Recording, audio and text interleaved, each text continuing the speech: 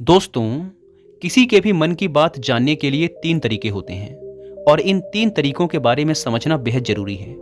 अगर आप इन 3 तरीकों को समझ लेते हैं, तो आप किसी की भी मन की बातें आसानी से समझ सकते हैं, जान सकते हैं। तो आइए इसे एक बोध कहानी के माध्यम से समझते हैं कि आखिर कैसे हम दूसरों की मन की बातों को जान सकते हैं, समझ सकते हैं। बहुत समय पहले की बात है, एक राज्य में एक छोटा सा गाँव था। उस गाँव में 2 भाई रहा करते थे।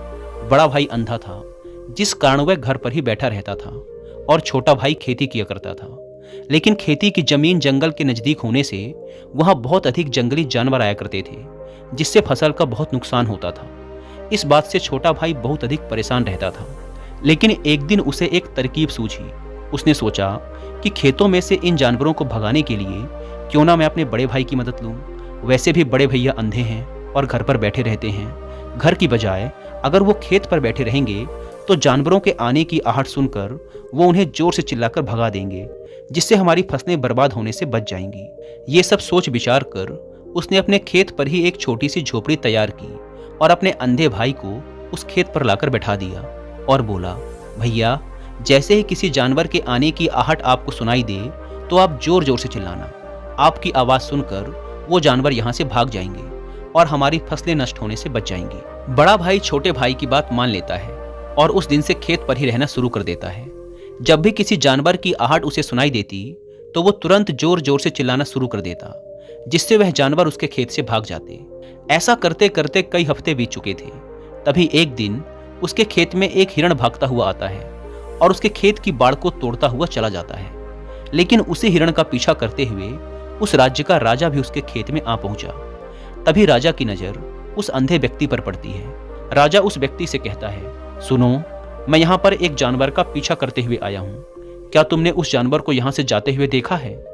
इस पर वह व्यक्ति राजा से कहता है, हे राजन, मैं तो अंधा हूँ, मैं भला किसी जानवर को कैसे देख सकता हूँ? लेकिन मैं आपको इतना जरूर बता सकता हूँ कि जो जानवर मेरे खेतों से होकर भागा है वह आपके लायक नहीं है।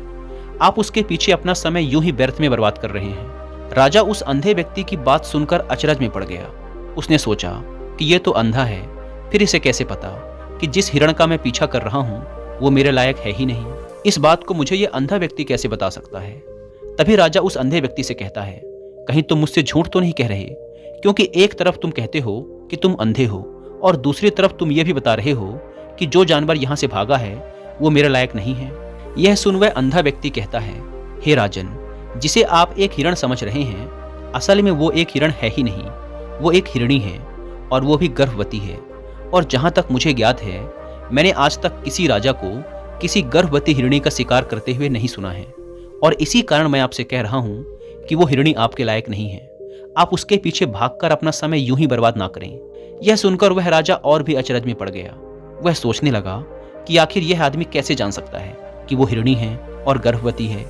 राजा कुछ देर तक सोचने विचारने के बाद अपने सेनापति से कहता है, सेनापति जी, मुझे वो जानवर जिंदा चाहिए, क्योंकि मुझे पता करना है कि क्या वह हिरणी है और क्या वह सच में गर्भवती है। क्योंकि यह नेत्रहीन आदमी पूरे विश्वास के साथ कह रहा है और मुझे इसके बात की पुष्टि करनी है।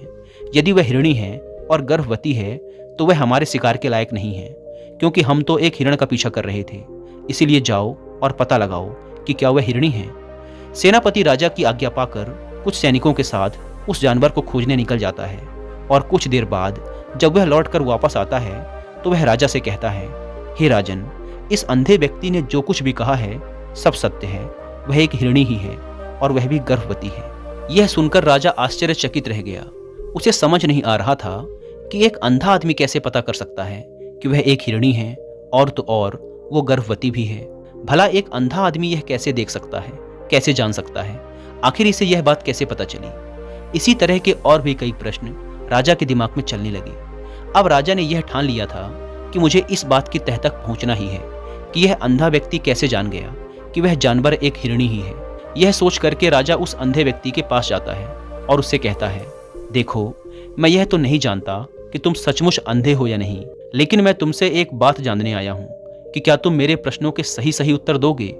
यह सुन वह अंधा व्यक्ति कहता है, हे राजन, आप जो कुछ पूछना चाहते हैं पूछ सकते हैं। मैं आपके सभी प्रश्नों के बिल्कुल सच सच जवाब दूंगा। इस पर राजा कहता है, देखो, एक तरफ तो तुम कहते हो कि तुम अंधे हो, और दूसरी तरफ तुमने बता दिया कि जिस जानवर का पीछा मैं कर रहा हूँ वह एक हिरणी है, और तो और वह गर्भवती भी है। आखिर तुम्हें यह कैसे पता चला?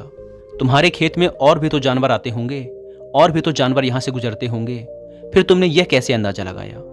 इस पर वह अंधा व्यक्ति कहता है, हे राजन, आप जिस हिरणी का पीछा कर रहे थे वह हिरणी जब मेरे खेत में आई तो उसकी रफ्तार और उसके भागने के तरीके से मुझे यह समझ आ चुका था कि वह एक हिरणी है, और मेरे खेत की जो बाड़ है वो बहुत छोटी है, उसकी ऊंचाई ज़्यादा नहीं है। अगर कोई हिरण होता तो उस बाड़ को बड़ी ही आसानी से छलांग लगाकर पार कर जाता, लेकिन वह हिरणी इस बाड़ को तोड़कर भागी है। अगर वह इस बाड़ को छलांग लगाकर पार करने की कोशिश करती तो इससे उसके बच्चे को खतरा होता, और इसी बात से मैंने यह अनुमान लगा लिया कि वह गर्भवती है। इस कारण वह ज़्यादा ऊंची छलांग ना लगाकर मेरे खेत के बाड़ को तोड़ती हुई निकल गई। इस पर राजा के मन में एक और प्रश्न उठा। राजा ने पूछा, लेकिन तुम्हें कैसे पता चला कि वह एक हिरणी ही है? और भी तो कोई दूसरा जानवर बाड़ तोड़कर भाग सकता था। यह सुन वह अंधा व्यक्ति कहता है, हे राजन, मैं पूरा दिन सुबह शाम यहीं पर बैठा रहता हूँ, और मेरे सुनने की शक्ति भी बहुत तेज है। मैं केवल जानवरों के चलने के तरीके से यह भांप जाता हूँ कि कौन सा जानवर मेरे खेत में आया है, और फिर उसी के आधार पर मैं जोर जोर से चिल्लाता हूँ ताकि वह जानवर मेरे खेत से भाग जाए और मेरी फसलों को नुकसान न पहुंचा पाए। राजा उस अंधे व्यक्ति के ये जवाब सुनकर पूरी तरह से संतुष्ट हो चुका था। वो मन ही मन ये सोच रहा था कि आदमी भले ही अंधा हो, लेकिन ये तो बड़ा बुद्धिमान मालूम पड़ता है। इस आदमी से कुछ न कुछ तो काम निकलवाना ही चाहिए। यही सोचकर राजा उस अंधे व्यक्ति को साथ लेकर अपने महल की ओर लौट आता है। राजमहल पहुंचते ही राजा उस अंधे व्यक्ति से कहता है, आप तो बड़े ही बुद्धिमान व्यक्ति हैं, आपको किसी भी बात का पता बड़ी ही आसानी से चल जाता है। आज मैं आपको महल इसलिए लेकर आया हूँ क्योंकि मैं आपसे ये जानना चाहता हूँ कि मेरी पत्नी पतिव्रता है या नहीं। यह सुन वह अंधा व्यक्ति कहता है, हे राजन, ये कैसा प्रश्न हुआ? इस पर राजा कहता है, मैंने आपसे बिल्कुल उचित प्रश्न किया है, आप बस मुझे इस प्रश्न का उत्तर दीजिए। इस पर वह अंधा व्यक्ति कहता है, हे राजन, ये सारी बातें छोड़िए, आपकी शादी को इतने वर्ष बीत चुके हैं, और अब आप ये बातें क्यों जानना चाहते हैं? आपके दिमाग में ऐसे प्रश्न क्यों उठ रहे हैं? यह सुन राजा थोड़ा क्रोध करते हुए कहता है, देखिए, आपको मेरे इस प्रश्न का उत्तर तो देना ही पड़ेगा। यदि आप मेरे इस प्रश्न का उत्तर नहीं देते तो मैं आपको मृत्यु दंड दे दूंगा। राजा के मुख से ऐसी बातें सुनकर वह अंधा व्यक्ति कहता है, हे राजन, यदि आप इस प्रश्न का उत्तर जानना ही चाहते हैं तो उसके लिए आपको मेरा एक काम करना होगा। राजा ने कहा, बताओ मुझे क्या करना होगा? वह अंधा व्यक्ति कहता है, इसके लिए आपको अपनी पत्नी को मेरे साथ एक कमरे में अकेला छोड़ना होगा। उस अंधे व्यक्ति के मुंह से यह बात सुनकर राजा पहले तो क्रोधित हो जाता है, लेकिन फिर कुछ देर तक सोच विचार करने के बाद वह उस अंधे व्यक्ति की बात मान लेता है और अपने मंत्री से कहता है, मंत्री जी, मेरी पत्नी को और इस अंधे व्यक्ति को कुछ देर के लिए एक कमरे में अकेला छोड़ दो। मंत्री बिल्कुल ऐसा ही करता है। अब रानी और वह अंधा आदमी एक कमरे में बंद हो चुके होते हैं। तभी वह अंधा आदमी शर्माते हुए रानी से कहता है, मुझे आपको छूना है। इस बात पर रानी अत्यधिक क्रोधित हो जाती है और उस अंधे आदमी को पकड़ पकड़ कर पीटने लगती है, कभी लातों से, कभी हाथों से, तो कभी पटक पटक कर। इस तरह से उसने उस अंधे आदमी की बहुत पिटाई की। उसके बाद वह अंधा आदमी किसी तरह से अपनी जान बचाकर उस कमरे से भाग निकलता है और राजा के पास पहुंचकर राजा से कहता है, हे राजन, आपकी पत्नी पतिव्रता नहीं है।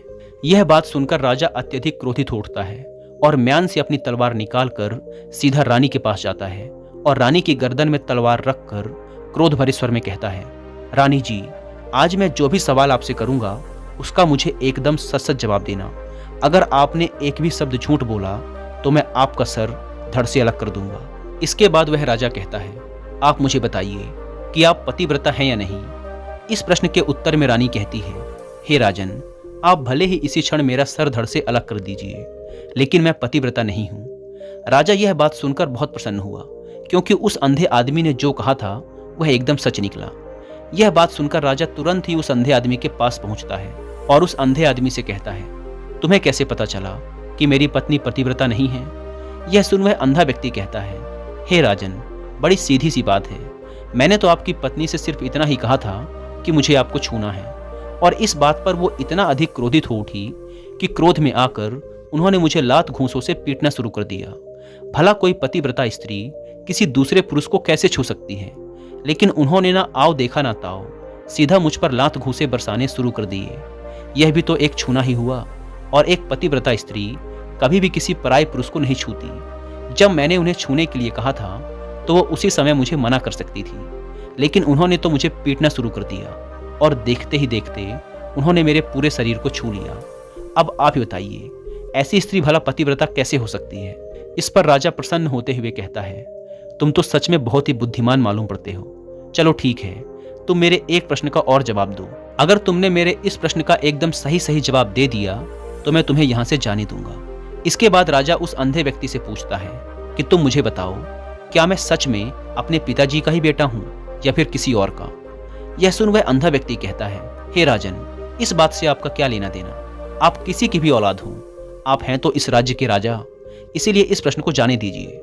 लेकिन राजा जिद पर अड़ जाता है और कहता है, नहीं नहीं, मुझे इस प्रश्न का एकदम सटीक जवाब चाहिए, अन्यथा यह प्रश्न मुझे हमेशा परेशान करता रहेगा। इसीलिए मैं इसका सही जवाब जानना चाहता हूँ। यदि तुम इस प्रश्न का सही जवाब दे देते हो तो तुम यहाँ से जा सकते हो, फिर मैं तुम्हें नहीं रोकूंगा। इस पर वह अंधा आदमी कहता है, हे राजन, इसके लिए तो मुझे आपकी माँ के पास जाने की भी कोई जरूरत नहीं है। मैं आपको अभी बता सकता हूँ कि आप किसकी औलाद हैं, लेकिन उससे पहले मैं चाहता हूँ कि आप मुझे वचन दें कि आप मुझ पर क्रोध नहीं करेंगे। राजा ने कहा, मैं तुम्हें वचन देता हूँ कि मैं तुम पर क्रोध नहीं करूंगा। इसके बाद वह अंधा आदमी राजा से कहता है, हे राजन, आप हैं तो अपने ही पिता की संतान, लेकिन आप पर एक कंजूस सेठ की छाया पड़ी हुई है। यह सुन राजा बहुत क्रोधित हो उठा और तुरंत तलवार निकालकर अपनी माँ के पास जा पहुंचा। वह वहां पहुंचकर अपनी माँ से कहता है, माँ, आप मुझे सच सच बताइए, क्या मैं अपने ही पिता का पुत्र हूँ या नहीं? यदि आपने मुझसे सच नहीं कहा तो मैं यहीं पर अपने प्राण त्याग दूंगा। मुझे बताओ सच क्या है? यह सुन राजा की माँ कहती है, बेटा, है तो तू अपने ही पिता का पुत्र, लेकिन तुम पर एक कंजूस सेठ की छाया पड़ी हुई है। जब मैं एक बार नहाने के बाद अपना चेहरा आईने में देख रही थी, तभी उस कांच के पीछे मुझे एक कंजूस सेठ नजर आता है और उसी की छाया तुम पर पड़ चुकी है। यह सुन राजा बहुत खुश हो जाता है और वह तुरंत भागता हुआ उस अंधे आदमी के पास पहुंचता है और उस अंधे आदमी से कहता है, तुम्हें यह कैसे पता चला कि मुझ पर एक कंजूस सेठ की छाया पड़ी हुई है? यह सुन वह अंधा व्यक्ति कहता है, हे राजन, आपने मुझसे कई सारे सवाल पूछे जिनका मैंने आपको एकदम सटीक जवाब दिया है। यदि कोई और राजा होता तो इसके बदले अब तक मुझे ढेर सारे इनाम मिल चुके होते, लेकिन अब तक आपने एक फूटी कौड़ी तक नहीं दी है। इसी बात से मैंने अनुमान लगा लिया था कि आप बहुत कंजूस हो। यह बात सुनकर राजा जोर जोर से हंसने लगा और कहता है, तुम बुद्धिमान होने के साथ साथ चतुर भी हो। तुम मुझसे जो कुछ मांगोगे मैं तुम्हें जरूर दूंगा, लेकिन उससे पहले तुम मुझे ये बताओ कि तुम्हें कैसे पता चल जाता है कि कौन सी बात सही है और कौन सी गलत? तुम किसी भी प्रश्न का इतना सही और सटीक जवाब कैसे दे पाते हो? इस पर वह अंधा व्यक्ति कहता है, हे राजन, मैं तो वैसे भी अंधा हूँ। यदि मेरी आंखें होती तो मैं किसी के भी मन की बात बड़ी आसानी से जान लेता। मन की एक भाषा होती है और यह भाषा मनुष्य के शरीर के व्यवहार के रूप में देखी जा सकती है। उसकी आंखों से, उसके होठों से, उसके काम करने के तरीके से, उसकी आवाज़ और उसकी क्रियाओं से यह पता किया जा सकता है कि उसके मन में क्या चल रहा है। इसके आधार पर हम किसी की भी मन की बातें जान सकते हैं, परंतु मैं तो नेत्रहीन हूँ, देख नहीं सकता, इसीलिए मैं क्रियाओं से देखता हूँ।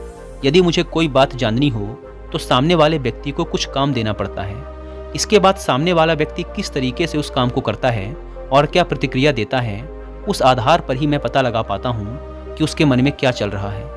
यह सुन वह राजा कहता है, तो क्या इसका मतलब ये हुआ कि मैं भी किसी के भी मन की बातें जान सकता हूँ? इस पर वह अंधा आदमी कहता है, निश्चित रूप से आप भी किसी भी व्यक्ति के मन की बातें जान सकते हैं, जिसके लिए आज मैं आपको 3 तरीके बताने वाला हूँ, और ये तीनों ही तरीके बहुत आसान और सरल हैं। लेकिन हे राजन, उससे पहले आपको अपने ऊपर काम करना होगा, और वह काम है अपने मन को शांत करना। आपको अपने मन को वर्तमान में लाना होगा, ध्यान को एकाग्र करना होगा। जब हम अपने मन को एकाग्र करते हैं, वर्तमान में लाते हैं, तो हम दूसरों के मन की बात जान सकते हैं, क्योंकि वह आदमी अभी भी अपने मन में वर्तमान में ही सोच रहा है। इसलिए हमें भी मन को वर्तमान में ही लाना होगा, तभी हम उसके मन की बातें जान सकते हैं। यदि हम अपने अतीत के विचारों में डूबे हुए हैं तो वह अगला आदमी जो कुछ भी वर्तमान में सोच रहा है, अपने मन में बातें कर रहा है, वह हम कैसे जान पाएंगे? क्योंकि हम तो उस समय अतीत के विचारों में खोए हुए हैं। इसीलिए किसी के भी मन की बात जानने के लिए हमें सबसे पहले अपने मन को एकाग्र करना होगा, उसे वर्तमान में लाना होगा। आगे वह व्यक्ति राजा से कहता है, जो 3 तरीके मैं आपको बताने वाला हूँ, इन 3 तरीकों से बड़ी ही आसानी से किसी के भी मन की बात जान सकते हैं। इसके बाद वह अंधा आदमी राजा से कहता है, राजन, जो सबसे पहला तरीका है वह है आंखों पर ध्यान देना। किसी व्यक्ति से बात करते समय उसकी आंखों में देखना, उसकी आंखों की हरकत पर ध्यान देना सबसे ज़्यादा जरूरी है, क्योंकि आंखें वह जादुई अंग हैं जो बोलती तो नहीं पर बहुत कुछ कह देती हैं। यदि हम लोगों के आंखों के इशारों को समझना सीख जाएं, तो हम जान पाएंगे कि सामने वाला व्यक्ति क्या सोच रहा है, उसके दिमाग में क्या चल रहा है और अभी वह क्या करने वाला है। मेरे पास आंखें नहीं हैं, लेकिन मैंने अपने गुरु से यह विद्या सीखी है, क्योंकि बहुत साल पहले मेरे पास आंखें थी और मैं उस वक्त लोगों के मन की बातें सिर्फ उनकी आंखों से ही जान लेता था। इसीलिए यदि आप भी दूसरों के दिमाग को पढ़ना चाहते हैं, उनकी मन की बातें जानना चाहते हैं, तो आपको भी उनकी आंखों पर ध्यान देना चाहिए। जैसे कि उनकी आंखों का आकार कैसा है, वह कब, कहाँ और किधर देख रहा है। जब आप उससे बातें कर रहे हैं तो क्या वह आंखें इधर उधर मुड़ रहा है, कभी ऊपर तो कभी नीचे या कभी आसपास, या फिर उसकी आंखें निराश दिख रही हैं या फिर आंखें खुश नजर आ रही हैं। जैसे कि चोर होता है, उसकी आंखों में जब हम देखते हैं तो हमें समझ आ जाता है कि अगले आदमी ने कोई गलती की है। ठीक इसी प्रकार जब आप किसी चालाक व्यक्ति की आंखों में देखते हैं तो आप पाएंगे कि उसकी आंखों में एक चालाकी की भाषा होती है। हे राजन, यदि आपको यह पता लगाना है कि सामने वाला व्यक्ति आपसे झूठ बोल रहा है या सच, तो इसके लिए आपको उसकी आंखों में देखना अति आवश्यक है। यदि आपसे बातें करते समय वो व्यक्ति अपनी आंखें इधर उधर घुमा रहा है, ऊपर नीचे दाएं बाएं इधर उधर हर जगह देख रहा है, तो इसका मतलब यह हुआ कि वह उस बात से निकलने का कोई रास्ता ढूंढ रहा है, वो कोई झूठ बना रहा है।